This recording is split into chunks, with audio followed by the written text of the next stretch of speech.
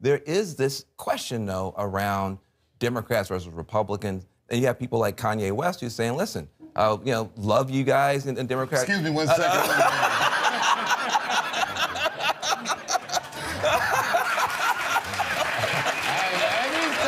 Why don't you just get him on FaceTime? Well, you know where I'm going with this. Kanye says that, it's time out for Democrats. What do you guys think? Well, I think that, first of all, Kanye is an artist, man. Yes. And he's a genius. Absolutely. Whatever he's saying right now, I think that the angle he's seeing things from is about the division that he sees. And he's not inconsistent with what he's saying. For instance, a decade ago, I read a quote where he said he wanted to take the Confederate flag and reappropriate it some other different kind of way. I mean, it's a MAGA hat, whatever, man. The thing that's scary about this presidency is after it. I don't know if you've been married before or had a girlfriend and said something in a fight that was so wrong, and then after that, we still family, we still around each other, but man, I sure did say all that shit, didn't I? And I'm not mad at Kanye. That's my brother. I love him. I support him. I buy his albums. No claps? Oh, man, that was rough. I know, whether people clap or not, But, I don't have to agree with everything that he says. I just trust him as a person of intent. But, he shouldn't say all that shit, but... But let me take it on the argument then, so to take his personality out of it. What about the argument he's making, which is that, it's almost you're in this PC prison, you can't say anything, and you're not allowed to vote for Republicans if you're African American. What's your argument to people who feel like it's time to give Republicans a chance? It's an argument being made by a minority. But I'll say this: I'm not a partisan dude. If he ran as a Republican, I'd vote Republican. If I got a chance to vote for somebody like this, I'm voting for somebody. This isn't about party. This is about ideas. That's right. The ideas have kind of migrated from party to party. The Democrats used to be much more conservative. Today, however, unfortunately, there's only one party that stands for civil rights. There's only one party that stands for environmental protection. And we have to, as voters, really listen to the ideas. What I say to folks is that look, the war on drugs has failed. Trickle-down economics has failed. We have to have the courage to put ideas on the table that actually lift up working families, white, black, brown, Native American, Asian American. We've got to move beyond the labels of party and look at ideas, but let's also be clear. Donald Trump's party is Donald Trump's party. And what they stand for right now, we have to fight with everything we have. The other big issue, we're talking about race, talking about class, gender. We're now in a situation where a whole new set of voices is coming forward. How do you guys look at the role of this new movement for women's empowerment, the Me Too movement, et cetera? I hope it succeeds. What we all have to realize is that we all have to stand up in this moment and say that these women who have the courage to step forward, these men in many places, the courage to step forward who were sexually assaulted as well, we have to believe survivors. We have to have their back, and we have to figure out how we finally leap forward. Because we've been staying stuck for a long time. It's shattered a lot of lives, and enough is enough. Yeah, I think that for most men, especially the men that I'm talking to, one, I'll tell you that as a movement, it's effective. Like in Hollywood, man, they are buttoning up. Which is good. Yeah, which is good. It's better than good. It's necessary. Two, I'll say that there's a lot of men that are learning for the first time the extent of the plight of the women in their lives. We're just learning that consent is important. Most of our states, they don't teach consent when they teach sex ed. Think about that. That's right. And this is a tough discussion, but it needs to be had. Yeah. And people need to learn the lessons, and we need to listen to one another. Yeah. I think that some people are so threatened by the movement, or they're so worried about it that they're not hearing the messaging behind it. Mm-hmm. But I think it's an idea, this time has come, and we'll see.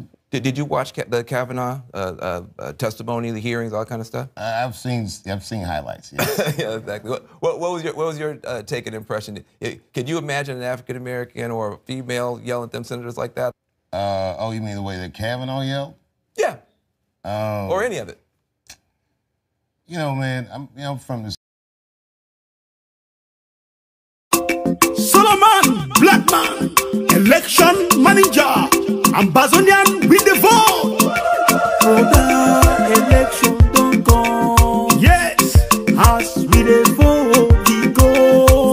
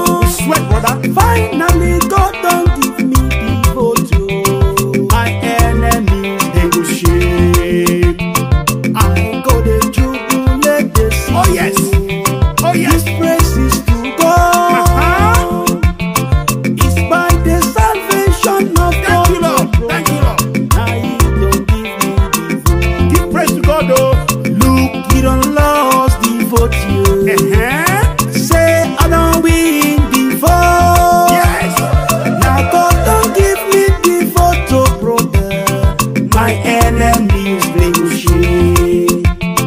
Look, you don't lost the vote, you. Say I don't win the vote. Yes. Now God don't give me the vote, oh brother. My enemies they go shame. Look, you don't lost the vote, you. Say I don't win the vote. Yes. Now God don't give me the vote, oh brother. My enemies they go shame. Look, you don't lost the vote, you. Say I don't win the vote. Yes. Now God don't give me the vote, oh brother. My enemies they go shame. High five to the president of Ambazonia. Thank you, Lord. To the general on the ground floor. High five to them all for your faithfulness. From north to south, the Ambazonia population. I say high five. You have win the vote. I welcome you all, Ambazonia. God bless you.